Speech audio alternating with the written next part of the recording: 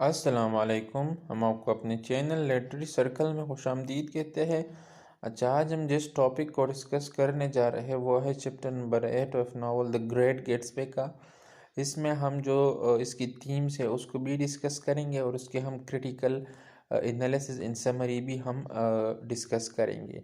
अच्छा, इसकी थीम को हम पहले नरेट करते हैं, देन हम जो इसकी क्रिटिकल समरी है उसमें भी इस थीम को हम इसके साथ साथ ही डिस्कस करेंगे कि किस तरह इस चैप्टर में ये थीम डेवलप है एंड डिपेक्टेड है।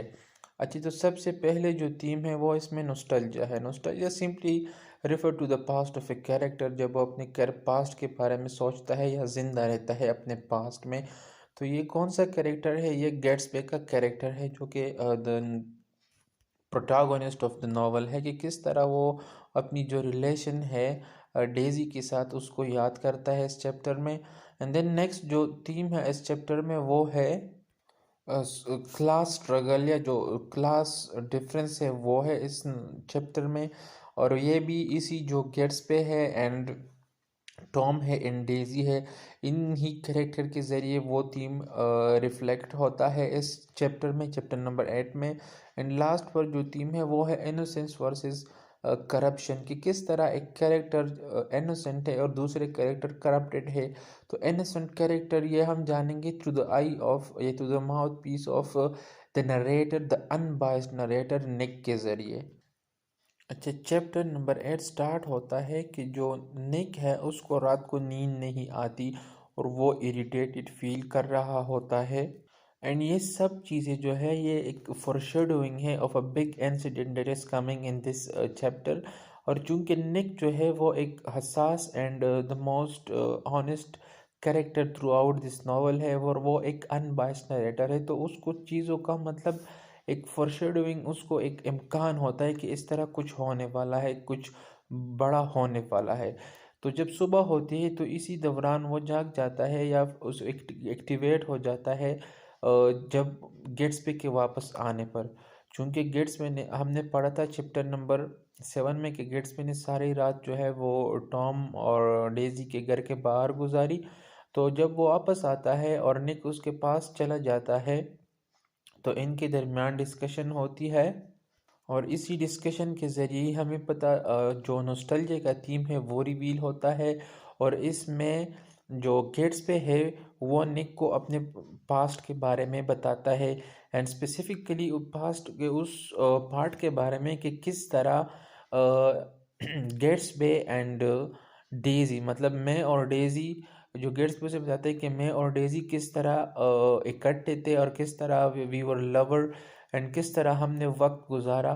तो गेट्स पे उसे कहता है कि मुझे ये फील ही नहीं होता था कि मतलब वी आर फ्रेंड और वर्ड, मुझे ये फील होता था कि we are husband and wife, जो डेजी है और मैं, in like we were married, उसे इस तरह फील होता था। लाइक उनकी रिलेशन इतनी फ्री है, उनके ताल्लुकात मतलब लाइक एक हस्बैंड और वाइफ कैसे थे। किसके ताल्लुकात? गेट्स पे एंड डेजी के, बिफोर वर्ल्ड वॉर 1।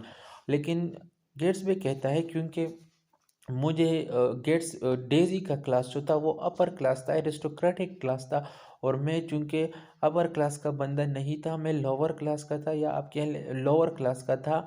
सो मेरी और उसकी शादी इतनी इजी नहीं थी। It was not just a bit simple to get married because she was from upper class.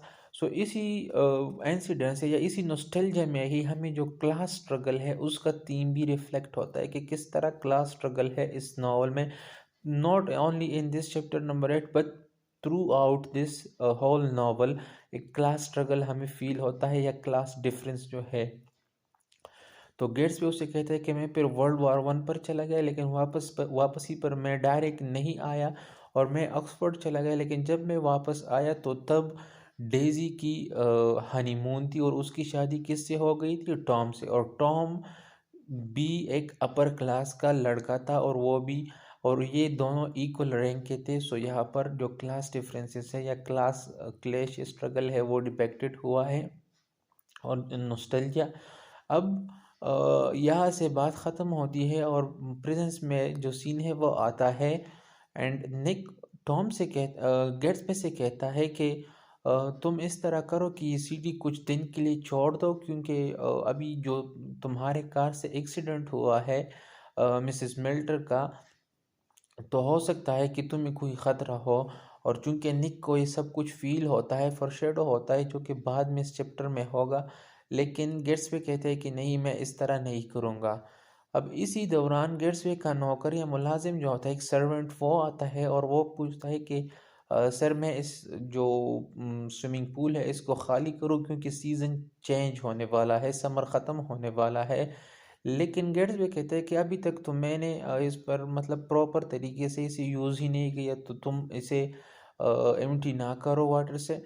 अब ये चीज़ हमें ये रिफ्लेक्ट करती है, बताती है कि गेट्सबे जो था वो इस टाइम को, इस सीज़न को अपने हाथ से जाने नहीं दे रहा था, क्योंकि ये समर उसके लिए one of the best summer आप कह लेता उसकी ज़िंदगी का, क्योंकि इसमें वो दोबारा डेज़ी के साथ रीयूनाइट हुआ था और उसने डेज़ी के साथ वक्त गुजारा था इस समर में, और वो इस समर के सीज़न को अपने हाथों से जाने नहीं देना चाहता था, और वो ये उसका ड्रीम था। बट वी नो दैट कि हम रीडर भी जानते हैं और अदर कैरेक्टर्स भी इस नावल में, जिस तरह निक के वो जानता है कि जो ड्रीम है गेट्सबे का वो शटर्ड हुआ है, वो अब वो नहीं एक हो सकते।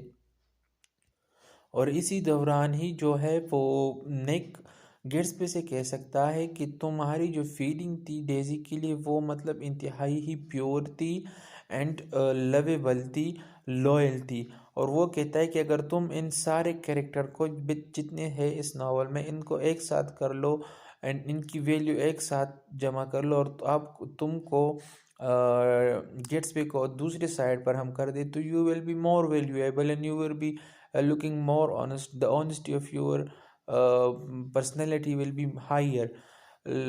और इसी से हमें ये पता चलता है कि जो दूसरे कैरेक्टर थे वो सारे करप्टेड थे, या तो वो अपनी रिलेशन में करप्टेड थे, कि जिस तरह डेजी करप्टेड थी, कभी वो गेट्सबे के साथ थी और कभी अपने हस्बैंड के साथ, जिस तरह एट द एंड उसने अपने हस्बैंड को चूज़ किया और गेट्सबे को रिजेक्ट किया।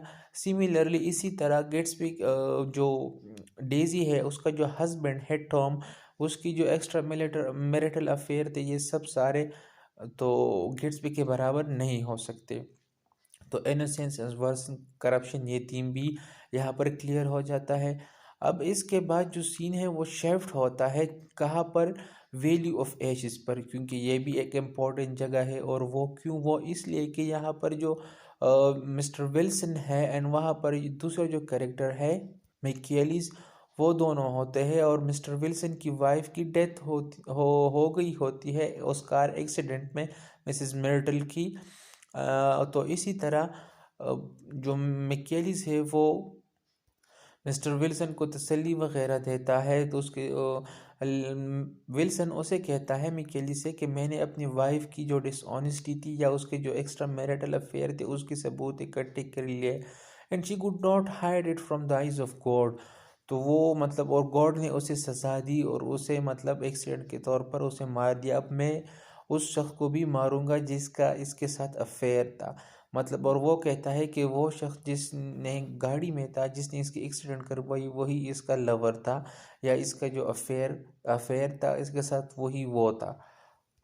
अब चूंकि वो गाड़ी जो थी येलो गाड़ी थी, और वो गेट्सबे की जब गेट्सबे, टॉम, निक और जॉर्डन इससे पहले जो चैप्टर में वो जा रहे थे न्यूयॉर्क न्यूयॉर्क, तो विल्सन को टॉम ने बताया था कि ये मेरी गाड़ी थी। तो इसी वजह से विल्सन जो है वो टॉम के पास जाता है और उससे कहता है कि ये गाड़ी मतलब किसकी थी। टॉम उससे बताता है इस पॉइंट को, एक वो एक अपॉर्चुनिटी समझ जाता है, एंड वो उसे कहते हैं कि ये तो गेट्सबे की थी।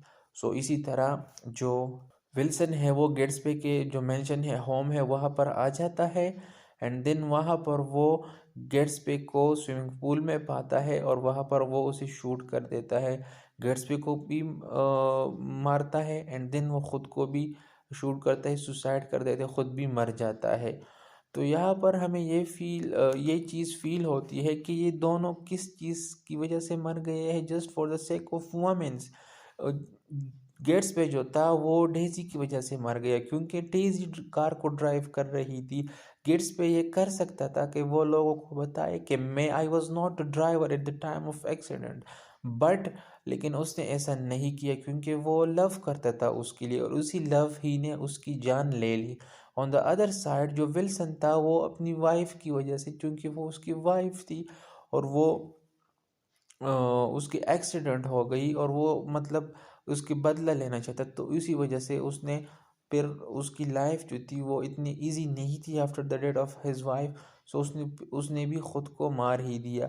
और उसके दूसरी बात यही थी कि उसने अपनी वाइफ की जो एक्स्ट्रा मैरिटल अफेयर थे उसको भी उसने डिस्कवर कर लिया था। और यहाँ पर जो हमें फील होता है वो होता है कि मतलब गेट्सबे का जो ड्रीम था वो गेट्सबे ने तो उसे अपनी मौत तक या अपनी ज़िंदगी के ख़ात्मे तक वो उसे नहीं छोड़ता था, लेकिन हमें तो पता पहले ही चला था कि उसका ड्रीम जो है वो ख़त्म हो गया है। और जिस तरह के चैप्टर के स्टार्ट में निक ने फॉरशेडोइंग की थी कि something terrible is going to be happen, और वो गेट्सबे से कह रहा था कि तुम छोड़ दो ये सिटी, लेकिन वो नहीं छोड़ रहा था। And at the end of this chapter Gatsby की डेथ हो ही जाती है। अब यहाँ पर निक आ जाता है at the end of this chapter, और वो देखता है कि गेट्सबी की लाश जो है वो पानी के ऊपर तैर रही है, और साथ ही में मिस्टर विल्सन की लाश भी पड़ी है। तो इस तरह ये चैप्टर एंड होता है। इस चैप्टर में जो इम्पोर्टेंट थीम थे वो तो हमने डिस्कस ही कर लिए कि मतलब किस तरह नॉस्टैल्जिया है, एंड देन क्लास स्ट्रगल है, and then innocent versus corruption, ये किस तरह इस चैप्टर में डिपेक्टेड है। And then theme of death, वो भी आप ले सकते हैं, एक छोटा सा थीम है, not the major one in this chapter, या it's major one in this chapter but not throughout this novel. So I hope आप लोगों को वीडियो पसंद आई होगी। Kindly like and subscribe our channel. Thank you so much. अल्लाह हाफिज़।